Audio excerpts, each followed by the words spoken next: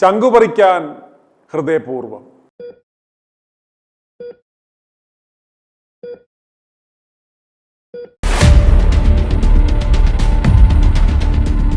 ഹൃദയപൂർവം, ആർദ്രമായി, ഹൃദയം മൊത്തത്തിൽ പറിച്ചെടുക്കുന്ന ഒരു പരിപാടിയെക്കുറിച്ചാണ് ഇന്നത്തെ വാർത്ത. കഴിഞ്ഞ 2 ദിവസമായി തലസ്ഥാന നഗരിയിൽ ഒരു പ്രസിദ്ധീകരണത്തിൻ്റെ നേതൃത്വത്തിൽ ചെന്നൈയിലെ ഒരു കോർപ്പറേറ്റ് കഴുത്തറപ്പൻ ആശുപത്രിയുമായി ചേർന്ന് സൗജന്യ ഹൃദ്രോഗ നിർണയ ക്യാമ്പ് നടക്കുകയാണ്. കേട്ടാൽ ആർദ്രമാകുന്ന ഒരു പേരൊക്കെ ഇട്ട് കഴിഞ്ഞ 2 പതിറ്റാണ്ടിലേറെയായി ഇവർ ഈ കച്ചവടം പിടിക്കപ്പെടാതെ നടത്തിക്കൊണ്ടുപോവുകയാണ്. ആയിരക്കണക്കിന് ഹൃദ്രോഗികളാണ് പ്രതീക്ഷയോടെ ഈ ക്യാമ്പിൽ എത്തുന്നത്. തിരുവനന്തപുരത്ത് മാത്രമല്ല, സംസ്ഥാനത്തിൻ്റെ വിവിധ ഭാഗങ്ങളിലായി ഇവർ ഇത്തരം ക്യാമ്പുകൾ കഴിഞ്ഞ 20 വർഷത്തിലധികമായി എല്ലാ വർഷവും നടത്തി വരുന്നു. ഇത് ഇവന്മാരുടെ ഇരയെ പിടിക്കൽ ക്യാമ്പുകളാണെന്ന് നിങ്ങൾ മനസ്സിലാക്കുക. മാധ്യമസ്ഥാപനത്തിൻ്റെയും ആശുപത്രിയുടെയും സാമൂഹിക പ്രതിബദ്ധതയുടെ ഭാഗമായിയാണ് ഈ സൗജന്യ ഹൃദ്രോഗ നിർണയ ക്യാമ്പ് നടത്തുന്നത് എന്ന് അവതരിപ്പിക്കുമ്പോഴും ഇതിൻ്റെ പിന്നിൽ മറഞ്ഞിരിക്കുന്ന ആ വമ്പൻ തട്ടിപ്പുകൾ അനാവരണം ചെയ്യുകയാണ് ഇന്ന് i2i ന്യൂസ്.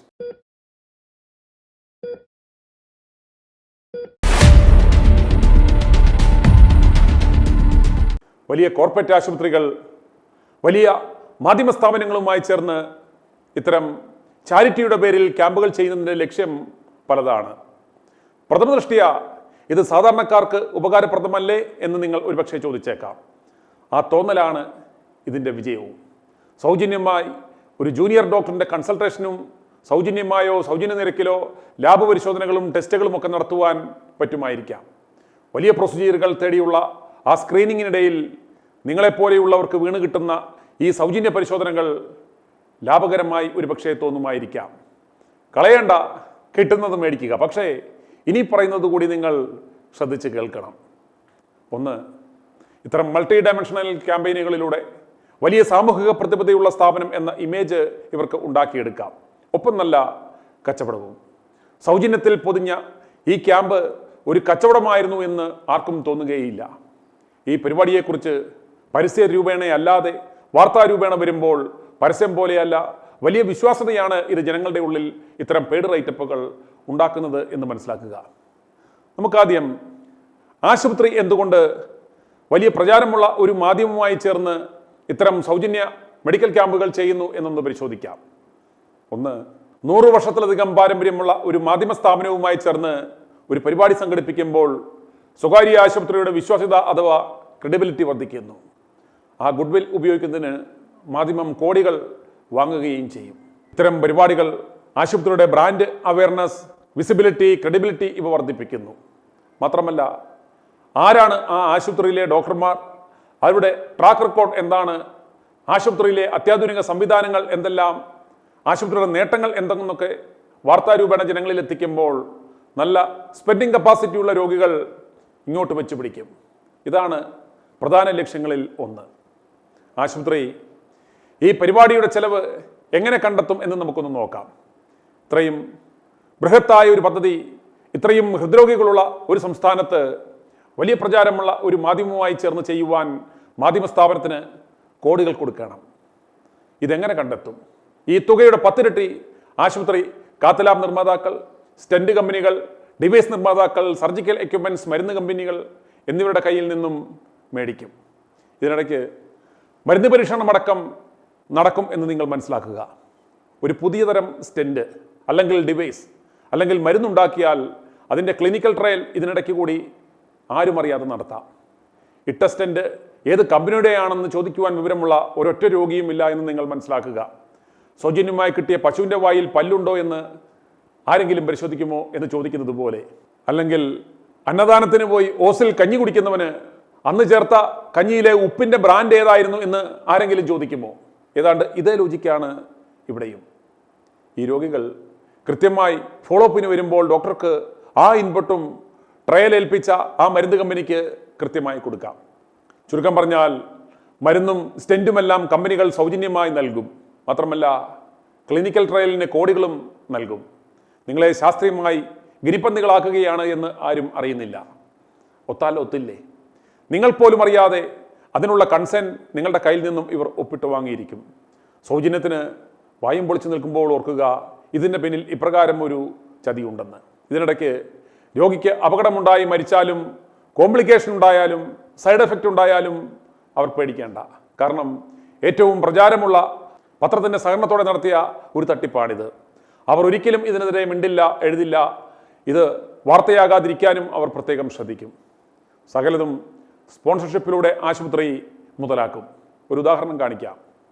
ഇന്ന് തിരുവനന്തപുരത്ത് ക്യാമ്പിന് കൊണ്ടുവന്ന ആശുപത്രിയുടെ ആ മൊബൈൽ യൂണിറ്റാണിത്. ഇതും സ്പോൺസർ ചെയ്തിരിക്കുന്നത് ജോൺസൺ ലിഫ്റ്റ്സ് ആൻഡ് എലിവേറ്റേഴ്സ് ആണെന്നാണ് അവർ തന്നെ പറഞ്ഞിരിക്കുന്നത്. ആശുപത്രിയുടെ കോടികൾ ചെലവ് വരുന്ന ലിഫ്റ്റും എലിവേറ്റേഴ്സുമെല്ലാം ഇവരിൽ നിന്നുമായിരിക്കാം ഒരുപക്ഷെ മേടിച്ചത്. അതിന് പ്രകാരം ഇവരുടെ CSR ഫണ്ട് നൽകി മേടിച്ചതാവും ഈ വാഹനം. ഇനി ഇവർ സൗജന്യ ക്യാമ്പിൽ ചെയ്യുന്നത് എന്താണെന്ന് നിങ്ങൾ മനസ്സിലാക്കണം. ജൂനിയർ ഡോക്ടർമാരെ ഇരുത്തി സ്ക്രീൻ ചെയ്യും. ഇവർ ഒരു പ്രോസ്പെക്റ്റീവായ ഒരു കാർഡിയാക് പേഷ്യൻ്റ് ആണോ അല്ലയോ എന്ന്, നല്ല ബ്ലോക്കുകളുള്ള ഒരു ആൻജിയോപ്ലാസ്റ്റി പ്രോസ്പെക്റ്റ് ആണോ, അതുമല്ലെങ്കിൽ ലെഫ്റ്റ് ആർട്ടറിയിൽ ബ്ലോക്കുള്ള കാർഡിയാക് സർജറി പ്രോസ്പെക്റ്റ് ആണോ എന്ന്. ഇവരെയാണ് ഇവർക്ക് വേണ്ടുന്നത്. 1000 രോഗികൾ വരുമ്പോൾ ഒരു നല്ല 20 കേസ് കിട്ടിയാൽ കോടികളായി. ഇവരെ എങ്ങനെയെങ്കിലും ആശുപത്രിയിൽ എത്തിക്കുക, പാക്കേജ് കൊടുത്തത് പ്രൊസീജിയർ ആക്കുക എന്ന ഒറ്റ ലക്ഷ്യത്തിലാണ് ഇവർ വരുന്നത് എന്ന് നിങ്ങൾ മനസ്സിലാക്കുക. അല്ലാത്തവർക്ക് ജസ്റ്റ് പ്രഷറും ഷുഗറും ഒക്കെ നോക്കി കുറച്ച് പേർക്ക് ECGയും എക്കോയും ഒക്കെ എടുത്ത് നൽകും. ഷുഗർ രോഗികൾക്ക് കാര്യമായ വിലയൊന്നുമില്ലാത്ത കുറച്ച് മെറ്റ്ഫോമിനും വാരി കൊടുക്കും. അവരും ഹാപ്പി. സർജറി ആൻജിയോപ്ലാസ്റ്റി പ്രോസ്പെക്ട്സിനെ എങ്ങനെയും ഇവർ തപ്പി ഫോളോ അപ്പ് ചെയ്ത് കൊണ്ടുപോയിരിക്കും.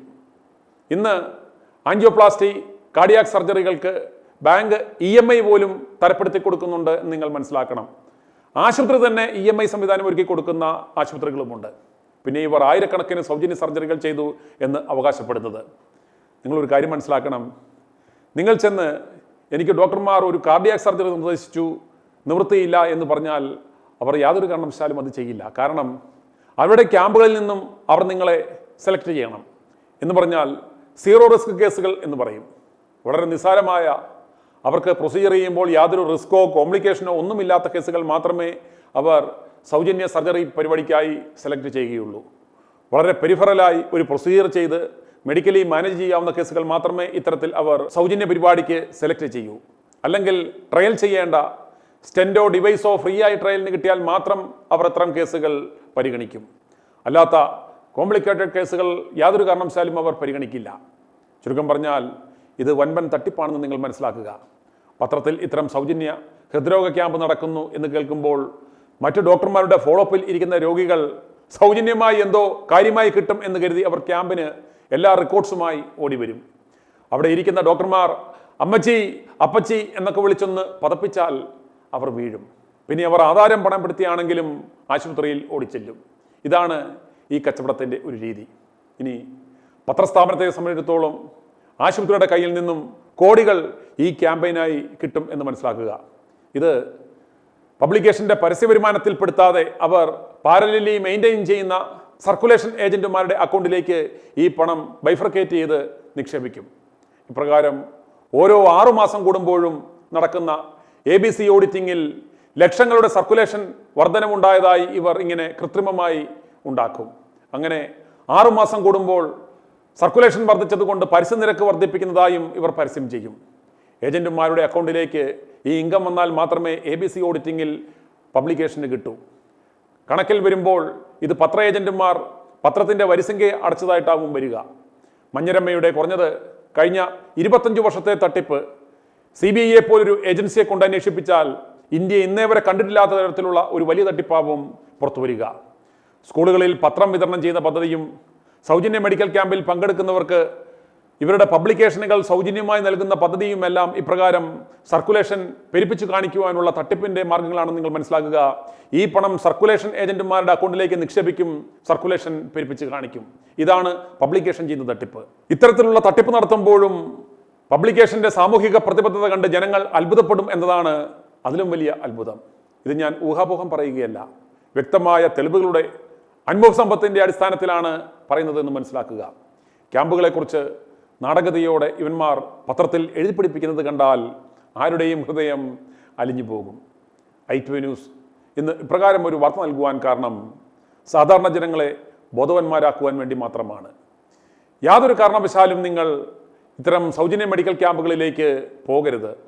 അതൊരു ഇരയിടലാണെന്ന് നിങ്ങൾ മനസ്സിലാക്കുക. ഇനി പോയി നിങ്ങളോട് എന്തെങ്കിലും ഒരു സർജറി അല്ലെങ്കിൽ പ്രൊസീജിയർ നിർദ്ദേശിച്ചാൽ നല്ലൊരു ഡോക്ടറുടെ സെക്കൻഡ് ഒപ്പീനിയൻ എടുത്ത ശേഷം മാത്രം അത് ചെയ്യുക. പെട്ടെന്ന് ചെയ്തില്ലെങ്കിൽ നിങ്ങൾ മരിച്ചു പോകും എന്നുവരെ ഇവർ നിങ്ങളെ പറഞ്ഞ് പഠിപ്പിച്ചേക്കാം. പേടിക്കരുത്. പരമാവധി ജീവിതശൈലി ശ്രദ്ധിച്ച് ഡയറ്റ് ക്രമീകരിച്ച് കൃത്യമായി എക്സസൈസ് ചെയ്ത് നിങ്ങളുടെ ആരോഗ്യം പരിപാലിക്കുക. ഒരു ബുദ്ധിമുട്ട് തോന്നിയാൽ എത്രയും പെട്ടെന്ന് നിങ്ങൾക്ക് വിശ്വസ്തൻ എന്ന് തോന്നുന്ന ഒരു ഡോക്ടറെ കാണുക. സർജറികളൊന്നും യാതൊരു കാരണവശാലും ഒരു സെക്കൻഡ് ഒപ്പീനിയൻ എടുക്കാതെ ചെയ്യരുത്. ഇനി ഇത്തരം കണികളിൽ ചെന്ന് ആരും ചാടരുത്. മനസ്സമാധാനവും പോകും, കാശും പോകും എന്ന് നിങ്ങൾ മനസ്സിലാക്കുക. ഈ വാർത്ത നിങ്ങൾ പരമാവധി ആളുകളിലേക്ക് ഷെയർ ചെയ്യുക. ആർക്കെങ്കിലുമൊക്കെ പ്രയോജനപ്പെടട്ടെ. i2i News, an eye for truth. i2i News subscribe ചെയ്തിട്ടില്ലാത്തവർ ഇപ്പോൾ തന്നെ സബ്സ്ക്രൈബ് ചെയ്യുക. നോട്ടിഫിക്കേഷൻ ലഭിക്കുവാൻ ബെൽ ബട്ടണും അമർത്തുക.